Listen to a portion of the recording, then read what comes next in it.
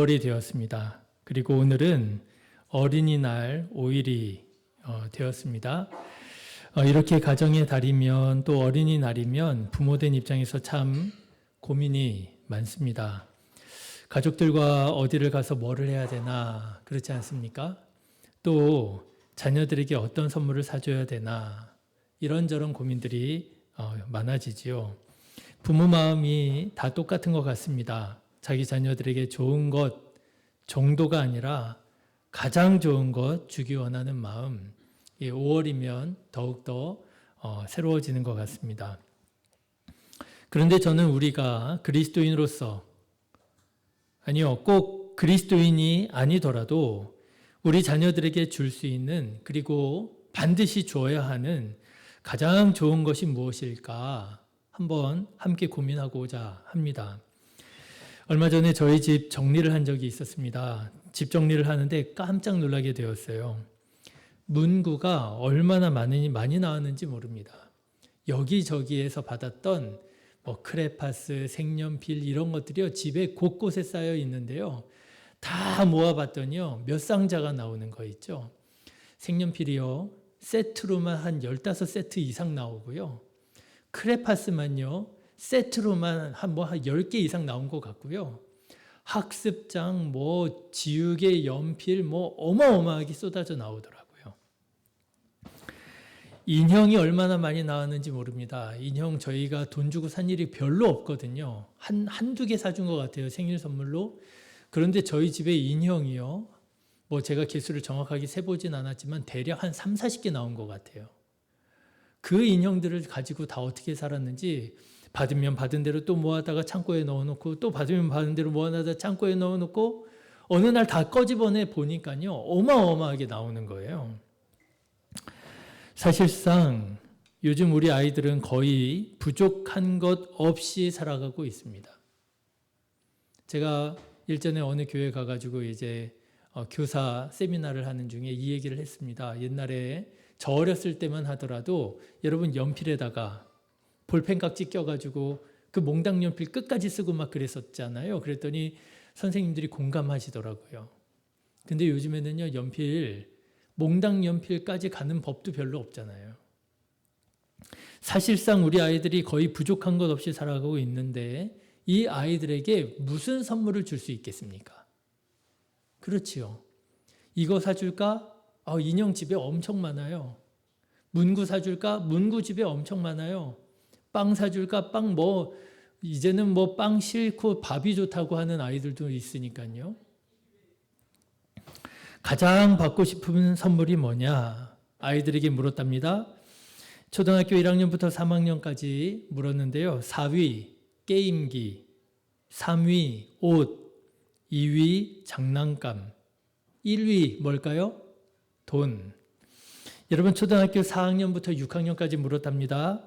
가장 받고 싶은 선물이 뭐냐? 4위 핸드폰, 3위 게임기, 2위 옷, 1위 뭘까요? 돈. 중학생한테 물었답니다. 4위 레포츠 물품, 3위 핸드폰, 2위 옷, 1위 뭘까요? 돈. 고등학생한테 물었답니다. 4위 책, 3위 옷, 2위 핸드폰, 1위 뭘까요? 돈. 여러분 고민할 필요 없습니다. 뭐 주면 돼요?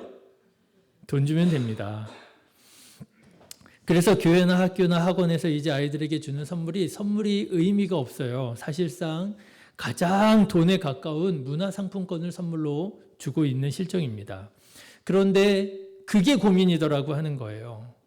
과연 이 돈을 주는 것이 내가 내 사랑하는 자녀에게 줄 수 있는 최선의 선물이냐라고 하는 것입니다. 여러분 돈을 주는 것이 내 사랑하는 이 귀한 자녀에게 줄 수 있는 최선의 선물이 맞습니까? 저는 개인적으로 아이들에게 돈을 주느니 차라리 추억을 주는 것이 좋다라는 생각을 가지고 있습니다. 부모님들과 함께 여행을 가서 함께 시간을 보내면서 대화를 나누고 맛있는 것 나누어 먹는 시간이야말로 부족함이 없는 아이들에게, 사실은요 요즘 아이들은요 여행도 부족함이 없더라고요.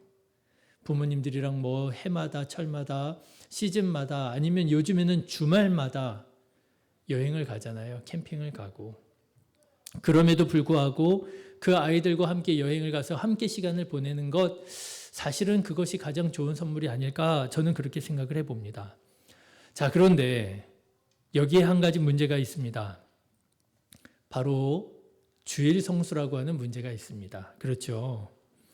자녀들에게 나의 시간을 내어주고 자녀와 함께 시간을 보내고 아름다운 추억을 만들어주고 싶은데 주일을 지키자니 예배를 드리자니 이게 잘 되지 않더라고 하는 것입니다. 특히 오늘처럼 어린이날이 주일이 되어버리면 2박 3일 또는 3박 4일까지도 갈 수 있는 여행을 사실상 포기를 해야 되잖아요. 금요일 저녁에 출발해서 금요일, 토요일, 주일, 월요일, 대체 공휴일까지 해서 최장으로 하면 3박 4일까지 여행을 갈 수 있습니다. 아름다운 추억을 만들 수 있습니다. 그런데 주일 예배를 드리자니 여행을 못 가는 거예요. 추억을 만들 수가 없는 거예요. 그런데 여러분, 목사는 어때요? 목사는요, 그 주말에 또 주일 예배를 준비를 해야 됩니다. 그러다 보니 연휴라고 해도 사실상 주일까지는 연휴가 아닌 거예요. 저는 개인적으로 저희 아이들에게 참 미안한 마음을 가지고 있습니다. 연휴를 한 번도 제대로 연휴로 보낸 적이 없었어요. 아이들이 유치원을 다닐 때였습니다. 유치원을 다니면 여러분 아시는 것처럼 연휴나 방학 이런 시간들을 맞추고 나면 이 유치원에서 어린이집에서 한 명 한 명 앞에다 불러다가 지난 연휴에 지난 방학 때 뭐 하고 지냈는지 친구들한테 얘기하라고 얘기를 한답니다. 그럼 다른 친구들은 나와서 얘기를 한다는 거예요. 나는 캠핑 다녀왔다고, 나는 놀이동산 다녀왔다고, 나는 뭐 아쿠아랜드 뭐 다녀왔다고 막 얘기를 한다는 거예요. 그런데 이제 선생님 말이 우리 아이들이 이제 어린이집에서 그런 얘기를 했다는 거예요. 저는요 지난 연휴에 교회에서 열심히 예배드렸답니다. 뭐 이런 얘기를 한다는 거예요. 예, 거기까지는 그래도 괜찮아요. 거기까지는. 그런데 한 번은 우리 내 아이가 있잖아요. 4명 중에 1명. 누구라고 말하면 좀 예배 마친 다음에 네가 그랬다며 그러실까 봐. 4명 중에 1명이 그랬다는 거예요. 지난 연휴 중에 가지 않고요. 예전에 갔었던 캠핑, 뭐 정말 1박 2일 어쩌다가 한번 갔던 그 캠핑을 떠올려 가지고요. 마치 지난 연휴에 다녀온 것처럼 얘기를 했다는 얘기를 들었습니다. 그런 얘기를 듣는데요. 참 마음이 미안하고 그렇더라고요. 예, 아마도 믿음의 부모님들이라면 저 정도까지는 아니더라도 저와 비슷한 고민들, 저와 비슷한 마음들 한 번쯤은 경험해 보셨을 것입니다. 아이들에게 가장 좋은 거 주고 싶은데, 아름다운 추억 만들어주고 싶은데, 내 시간을, 내가 가진 물질을 아낌없이 내 아이들과 나누고 싶은데 예배는 드려야 되겠고 주일은 지켜야 되겠고 주일을 지키자니 예배를 드리자니 아이들에게 내가 가장 좋은 거 못 주는 것 같고 왠지 아이들이 서운해라 하는 것 같고. 자, 그런데 여러분 성경에 보니까요 이런 류의 고민의 가장 극단적인 대표적인 예가 있더라고요. 그 예가 바로 아브라함의 아케다 사건입니다. 일전에 한번 말씀드린 적이 있지요. 아케다라고 하는 말이요 결박하다라는 뜻이라고요. 아브라함이 자기의 아들 이삭을 하나님께 제물로 바치기 위하여 아들 이삭을 결박한 사건, 이것을 아케다 사건이라고 말한다고 말씀드린 바가 있습니다. 자, 여러분 아케다 사건을 한번 생각해 보십시오. 하나님께서 아브라함에게 이 시험을 하셨을 때 아브라함의 마음이 어땠겠습니까? 100세에 낳은 귀하디 귀한 아들 아닙니까?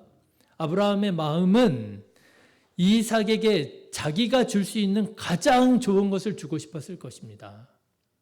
정말 눈에 넣어도 아프지 않았을 거예요. 그런데요, 내가 가지고 있는 가장 좋은 것을 주기는커녕 오히려 그 아들을 제물로 바쳐야 된다는 이런 상황이 아브라함에게 어떻게 다가왔을까요? 그런데도 아브라함은 하나님의 말씀에 순종합니다. 이삭을 말씀대로 모리아 산까지 데리고 가서 번제로 바치려고 하죠. 그런데 아브라함의 믿음을 보신 하나님께서 이삭 대신 순양을 제물로 대신하게 하신 사건, 이것이 바로 아케다 사건입니다. 여러분, 아브라함의 마음이 그랬을 거예요. 가장 좋은 것 주고 싶습니다. 그런데요, 하나님을 믿자니 좋은 것 줄 수가 없는 거예요. 좋은 것을 주기는커녕 오히려 상상할 수도 없는 어려운 일들을 감당해야만 하는 상황이 되었던 것이죠. 그런데 여러분, 그거 아십니까? 이 아케다 사건을 두고 적지 않은 사람들이 의혹을 제기하고 있습니다. 이 아케다 사건으로 인해서 아브라함의 가정이 사실은 풍비박산이 났다는 거예요. 실제로 여러분, 성경을 보면 그렇게 볼 수 있는 여지가 있습니다. 이 사건 후에, 아케다 사건 후에 아브라함의 가정이 성경에 어떻게 나오느냐? 아브라함의 아내 사라가 죽습니다. 여러분, 이 아케다 사건 바로 뒤에 나오는 36장의 말씀을 보면 사라가 바로 죽어요. 그래서 사람들은 어떻게 유추를 하느냐 하면 아브라함이 아들 이삭을 번제물로 하나님께 드리려고 했다는 이 사실을 뒤늦게 알게 된 사라가 충격받아서 죽었다, 이렇게 생각을 하는 사람들이 있습니다. 그런가 하면 여러분, 성경을 보시면요, 이 아케다 사건 이후에 이삭이 아버지 아브라함과 같이 살지 않습니다. 아브라함은 브엘세바에 살고요, 아들 이삭은 브엘라 헤로이에 살게 됩니다. 이런 사건을 두고, 이런 사실을 두고 사람들은 또 이렇게 생각합니다. 아마도 그 아들 이삭이 아버지가 자기를 죽이려고 했다라고 하는 그 트라우마에 시달려서 아버지와 같이 살 수 없게 되었을 거다. 상상해 보자면 그런 거죠.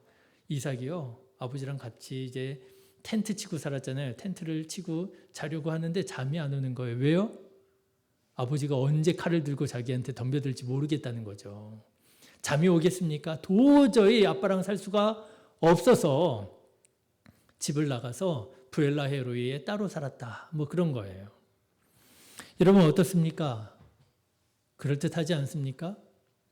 아브라함이 신앙적으로 하나님의 말씀에 순종하여 아들 이삭을 바치려고 했는데 아브라함의 가정이요, 복되고 화목하고요, 믿음의 가정을 이루는 것이 아니라 오히려 풍비박산이 난 것처럼 볼 수도 있겠더라고 하는 것입니다.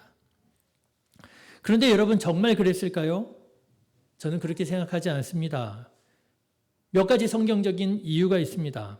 왜냐하면 여러분, 무엇보다도 당시 이삭의 나이가 적게 보면 10살, 많이 보면 30살 정도로 추정을 합니다.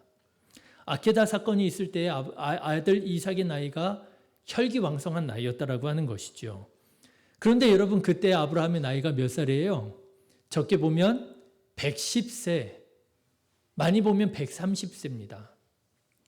아들 이삭이 아버지가 자기를 결박하려고 할 때 깜짝 놀라서 여러분 도망치려고 했다면 아버지의 아브라함이 아들 이삭을 잡을 수 있었을까요? 없었을까요?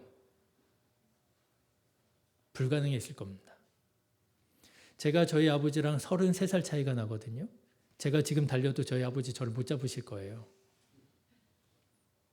그런데 여러분, 10대에서 30대입니다. 그 이삭을 110세에서 130세입니다. 할아버지가 어떻게 잡고 어떻게 결박하고 할 수 있겠습니까? 그래서 오히려 성경을 보다 정확하게 해석을 하자면 아브라함이 하나님께 순종하여 제사로 제물로 드리려고 했지만 사실 그 순종에는 누구의 순종이 포함되어 있다고요? 이삭의 순종이 포함되어 있다고 보는 것이 정확할 것이라고 하는 거예요.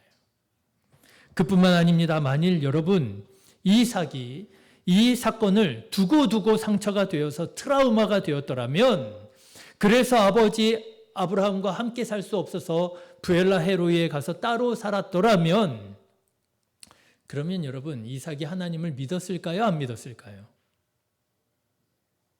믿기 어려웠을 것입니다. 하나님에 대한 자기 신앙도 버렸을 것입니다. 여러분, 아버지와 함께 살아야만 한다면 아버지 때문에라도 믿는 척 할 수 있지요. 그렇죠.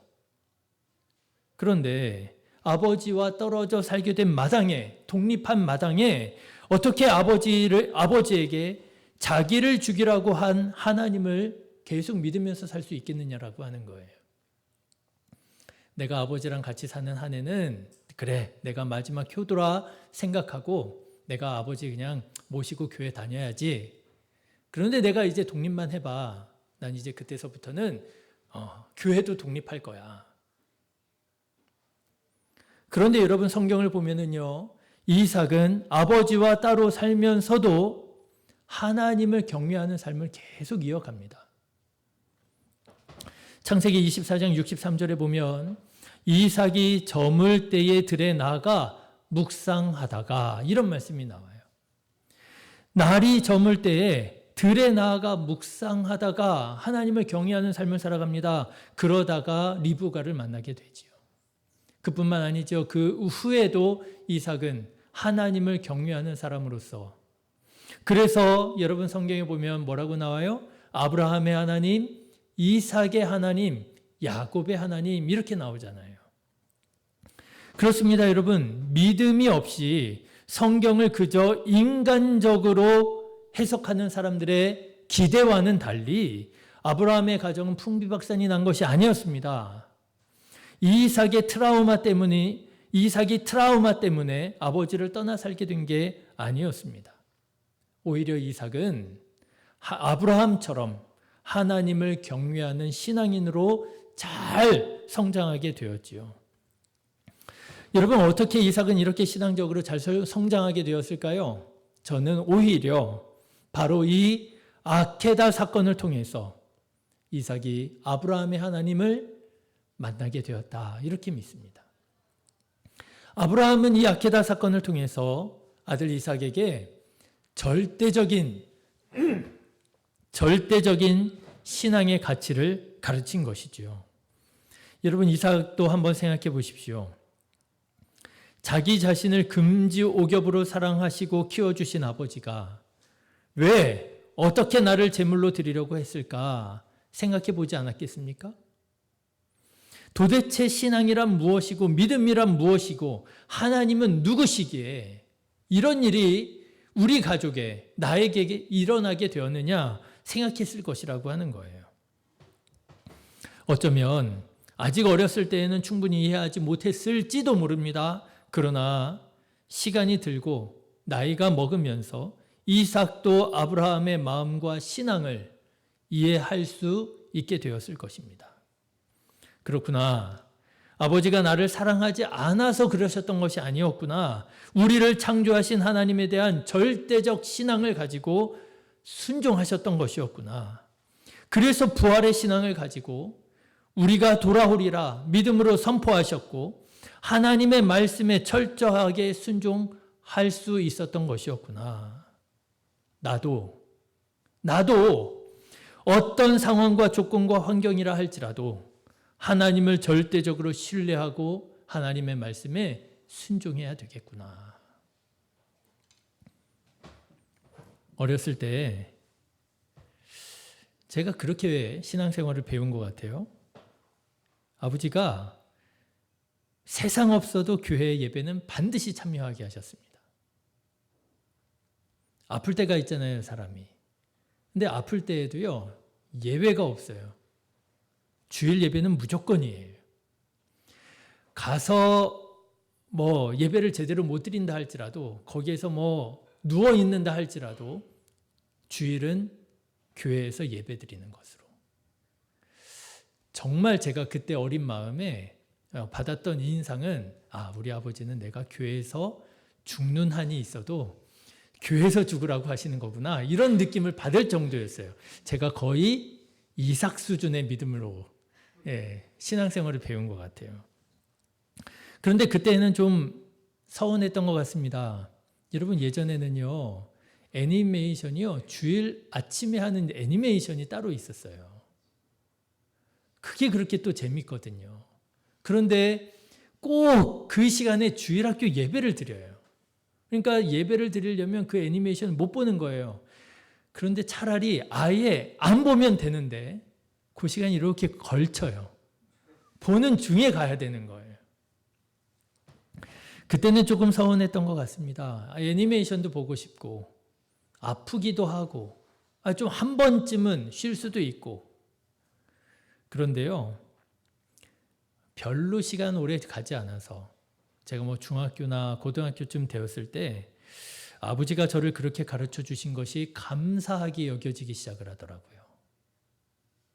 그때는 제가 그런 생각, 그런 개념을 가지고 있지는 못했지만 지금 와서 돌이켜보면 절대적 가치를 가르쳐 주신 것 같아요. 절대적 가치가 있다. 환경이 어떻다 할지라도, 조건이 어떻다 할지라도, 내 마음이 어떻다 할지라도 우리가 반드시 지켜야 하는 절대적 가치가 있다. 여러분, 절대적 가치를 배운 아이들은 상대적 가치를 배운 아이들과 다릅니다. 훨씬 더 명확한 기준을 가지고 세상을 바르게 살아갈 수가 있습니다. 여러분, 왜 죄를 지으면 안 될까요? 왜 죄를 지으면 안 될까요? 죄를 지었다가 잡히면 처벌받으니까 죄를 지으면 안 될까요? 그러면 안 잡히면 되겠네요? 그렇죠. 안 잡히면 되잖아요. 여러분, 왜 죄를 지으면 안 될까요? 죄는 뭘까요? 법에서 금하고 있는 것이 죄일까요? 그러면 법을 요리조리 잘 피해서 살면 되겠네요. 사람들은 그렇게 생각할 수 있습니다. 왜냐하면 그들의 가치는 상대적이기 때문에 그렇습니다. 환경에 따라서 다르고 조건에 따라서 다르고 사람에 따라서 다르고 그걸 꼭 죄로만 볼 수 있어? 이렇게 보면 죄가 아닐 수도 있잖아. 모든 게 상대적으로 되어져 버리면은요, 혼란스러울 수 있습니다. 그런데 절대적인 신앙, 절대적인 가치를 배운 사람은 다릅니다. 왜 죄를 지으면 안 되나요? 하나님께서 죄 짓지 말라 말씀하셨기 때문에 죄 지으면 안 되는 거예요. 그건 법이 금하고 있느냐, 금하지 않느냐, 잡혔느냐, 붙잡히지 않았느냐, 그거랑 상관이 없어요. 하나님께서 살인하지 말라 말씀하셨으면 우리는 사람 죽이면 안 되는 것입니다. 하나님께서 훔치지 말라 말씀하셨으면 우리는 훔치면 안 되는 것입니다.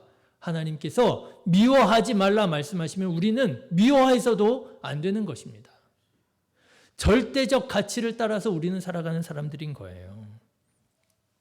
그래서 그리스도인은 생명을 존중할 수밖에 없고요. 그래서 그리스도인은요, 선하게 살아갈 수밖에 없는 것이고요. 그래서 그리스도인은요, 영혼을 사랑할 수밖에 없는 것이지요. 저는 이 절대적인 가치야말로 제가 목사로서가 아니라 한 사람의 부모로서도 제가 제 아이들에게 줄 수 있는 가장 좋은 선물이라고 생각합니다. 지금은 이해하지 못할 수 있어요. 지금은 서운해라 할 수 있어요. 그런데요, 저는 믿습니다. 조금만 더 시간이 가면 절대적 가치를 배운 사람, 절대적 가치를 따라 살아가는 삶, 저희 아이들이 그러네요. 고마워하게 될 줄로 믿습니다. 여러분, 우리는 아브라함처럼 지금 절대적인 가치를 우리 아이들에게 가르치고 있습니까? 육신의 부모가 되어서 우리 자녀들에게 가장 좋은 것 주기 원하잖아요. 먹는 것도요, 알게 모르게 더 좋은 것 자녀들 앞으로 밀어놓고요. 우리는 육신의 부모로서 우리 자녀들에게 가장 좋은 것 주기 원하잖아요. 그런데 여러분, 영적인 부모로서 우리는 우리 자녀들에게 무엇을 주고 있습니까? 상대적인 가치를 가르치고 있습니까? 아니면 절대적인 신앙을 가르치고 있습니까? 저는 바라기는 우리 신의교회 성도님들은요, 육신의 부모뿐만 아니라 영적인 부모가 되어서 이 절대적인 신앙을 여러분의 자녀들에게 가르치고 보여주실 수 있으시기를 주님의 이름으로 축원합니다. 우리의 자녀들이요, 우리 부모님들을 볼 때 그렇게 느낄 수 있어야 돼요.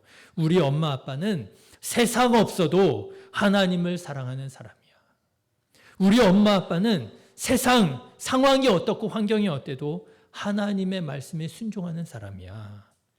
어디를 가든지 무슨 일을 하든지 하나님께서 싫어하실 일, 하나님께서 슬퍼하실 일은 절대로 하지 않을 사람이야. 여러분, 이 삶의 태도와 가치가 바로 우리가 우리의 사랑하는 자녀들에게 줄 수 있는 가장 큰 선물이 아니겠습니까? 얼마 전에 성교육 관련 영상을 보다가 참 가슴 아픈 말을 듣게 되었습니다. 요즘에 우리나라의 젠더 문제가 참 심각한 사회 문제로 대두가 되고 있어요. 그런 중에 이제 하나의 문제가 성교육 관련된 문제입니다. 지금 학교에 성교육하는 이제 선생님들이 들어가게 되는데, 선생님들이 가르치는 게 아니라 그 전문가들이 들어가게 된대요. 그런데 그 성교육 전문가들이 말하자면 약간 그 안전하게 성생활을 하면 된다라는 식의 그런 철학과 사고 방식을 가진 분들이 이제 학교에 들어가서 학생들에게 성교육을 한다는 거예요. 그래서 무슨 이제 거기에는요, 이제 동성애 뭐 이런 것까지도 이제 뭐 괜찮다라는 식으로 말하자면 그런 식으로 가르치고 있다. 뭐 이런 얘기를 제가 듣게 되었습니다. 그래서 지금 여러 각계각층에서 이런 부분에 대해서 문제가 너무 심각하다 하는 얘기들이 나오고 있는데, 그래서 제가 이제 그에 관련된 영상을 보다가 한 선생님의 그런 말을 듣게 되었습니다. 이게 여러분 에이즈라고 하는 병 아시잖아요. 아직 치료제가 개발이 되지 않았답니다. 그런데 이 에이즈의 70%가 남자 간의 동성애에서 이 에이즈가 일어난다고 그래요. 발생한다고 그래요. 그런데 학생들 가운데에서도 에이즈에 걸리는 학생들이 있답니다. 동성애를 하는 거죠. 그래서 이 선생님이 그 학생과 이제 상담을 하게 됐다는 거예요. 그랬는데 이 학생이 울면서 그 선생님한테 그렇게 얘기를 했더라는 것입니다. 이 사실을 정확하게 알려주셨더라면 에이즈에 걸린 사람의 70%가 동성애로 인해서 걸린 그 사실을 자기가 정확하게 알았더라면 자기는 동성애 안 했을 거라고. 울면서 그렇게 얘기를 하더라고 하는 것입니다. 여러분, 지금 우리 아이들에게 옷을 사주느냐, 핸드폰을 사주느냐, 돈을 주느냐, 이게 문제가 아닙니다. 문제는 우리가 우리들의 자녀들에게 절대적인 가치를 가르치느냐, 동성애는 안 돼. 그거는 너의 인생과 너의 건강을 망칠 수 있어. 그거는 아니야. 절대적인 가치를 가르치느냐, 아니면 상대적인 가치를 가르치느냐. 그래, 사람마다 다 자기 성 결정권이 있어. 자기가 원하는 사람 만나서 자기가 원하는 대로 사랑하면서 살아가면 돼.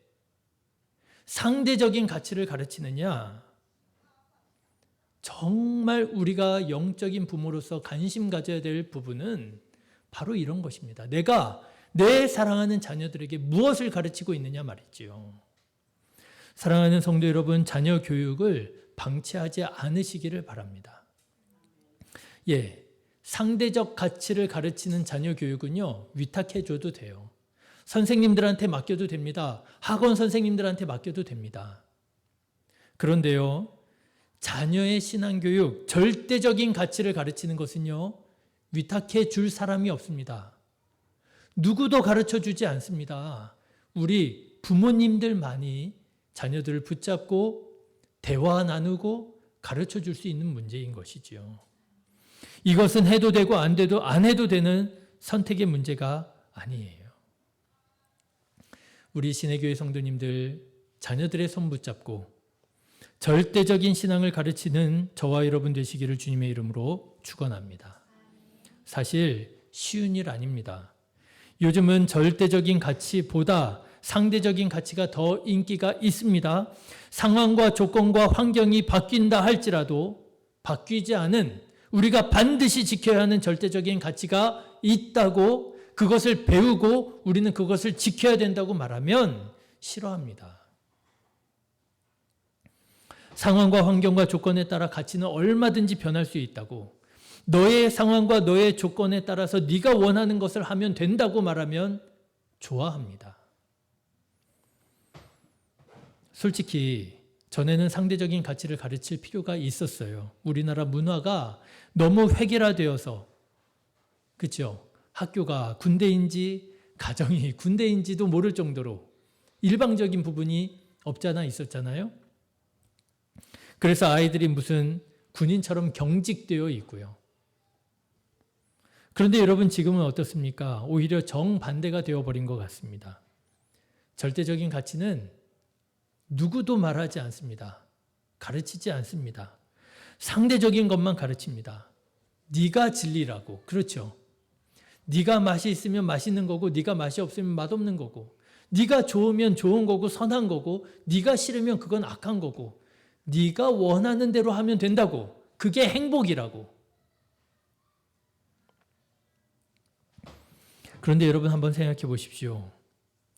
절대적인 가치를 가르치지 않고 모든 것을 상대적으로 가르치다 보니 우리 아이들이 더 행복해지고 더 자유로워졌을까요? 저는 우리 아이들을 보면서 더 혼란스러워하는 것 아닌가 싶습니다. 아이들의 의견을 존중한다는 것이 아이들을 깊은 고민에 빠뜨리게 하고요. 교만하게 만들고요. 아이들의 상황을 묻는다는 것이 아이들을 변명하게 만들고요. 무책임하게 만들고요.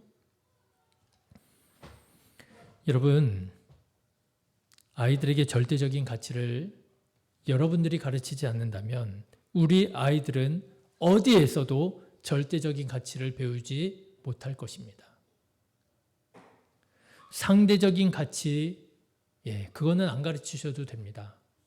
그런데 절대적인 가치만큼은 꼭 가르치시기를 바랍니다. 오늘의 말씀을 한번 보십시오. 사람들이 그렇게 쫓아다녔던 예수님을 버리고 사람들이 떠나가기 시작을 했습니다. 왜냐하면 예수님께서 어려운 말씀을 가르치셨기 때문에 그래요. 바로 십자가 대속의 죽음에 대한 말씀입니다. 여러분, 예수님 때에도요, 예수님께서 놀라운 기적을 행하시고 병든 자를 고쳐주시고 사람들에게 위로의 말씀, 평안의 말씀을 전할 때는요, 사람들이 구름처럼 예수님을 따라다녔습니다. 그런데 십자가 복음을 가르치실 때에는 사람들이 떠나갔습니다. 얼마나 사람들이 떠나갔던지 예수님께서 제자들에게 물으셨습니다. 너희도 나를 떠나느냐? 너희도 나를 떠나려느냐? 물으셨습니다. 그런데 그때 베드로가 이렇게 대답하더라는 거예요. 여러분 68절의 말씀 같이 읽어보실까요? 시작. 시몬 베드로가 대답하되 주여 영생의 말씀이 주께 있사오니 우리가 누구에게로 가오리이까? 여러분, 베드로에게 예수님의 말씀이, 예수님이 누구셨다고요? 영생의 말씀이었다고요. 다시 말하자면 절대적인 진리, 절대적인 가치였다고요. 절대적인 진리가 예수님께 있는데 내가 어디로 가겠습니까? 절대적인 가치가 예수님께 있는데 내가 누구에게로 가겠습니까? 저는 예수님을 떠날 수가 없습니다. 저는 예수님에게서 생명을 보았고, 저는 예수님에게서 구원을 보았고, 저는 예수님에게서 진리를 보았습니다. 저는 이 진리를 떠날 수가 없습니다. 여러분, 이 진리를 가르쳐야 됩니다. 아브라함처럼 가르치셔야 됩니다. 여러분의 욕심과 여러분들의 마음을 꺾고 하나님의 말씀에 순종하는 모습을 자녀들에게 보여줄 수 있어야 됩니다. 자녀들이 그걸 느낄 수 있어야 됩니다. 그렇구나, 우리 엄마도 우리 아빠도 나와 같이 좋은 데 놀러 가서 나와 같이 맛있는 거 먹으면서 아름다운 추억을 만들기 원하지만 그렇지만 그럼에도 불구하고 절대적인 이 신앙의 가치를 지키시는구나. 우리 아빠는, 우리 엄마는 세상 없어도 하나님을 경외하는 사람이로구나. 사랑하는 성도 여러분, 아브라함처럼 절대적인 가치를 가르칠 때 우리들의 자녀들이 이삭과 같은 절대적인 신앙을 가진 그리스도인으로 자라가게 되는 것입니다. 바라기는 우리의 가정이 아브라함의 하나님, 이삭의 하나님, 야곱의 하나님처럼 하나님을 대를 이어 경외하는 믿음의 가정, 절대적인 신앙을 따라가는 믿음의 가정 다 되시기를 주님의 이름으로 축원합니다. 기도하겠습니다. 하나님, 문제는 우리가 하나님에 대한 절대적인 신앙을 갖지 못하고 우리 자신부터 흔들리고 있었기에 우리들의 자녀들이 흔들리고 있었음을 깨닫게 됩니다. 거룩하신 하나님, 우리가 먼저 아브라함처럼 절대적인 신앙으로 살아가게 하여 주시고 절대적인 이 신앙이 우리 자녀들에게 아름답게 흘러넘쳐서 우리의 가정이 하나님을 경외하며 후회 없는 삶을 살아가는 믿음의 가정으로 세워져 가게 하여 주시옵소서. 감사를 드립니다. 예수님의 이름으로 기도드렸습니다. 아멘. 이 시간은 봉헌 시간입니다. 삶 속에서 임재 하나님께 찬양하실 때 준비하신 예물 하나님께 봉헌합니다.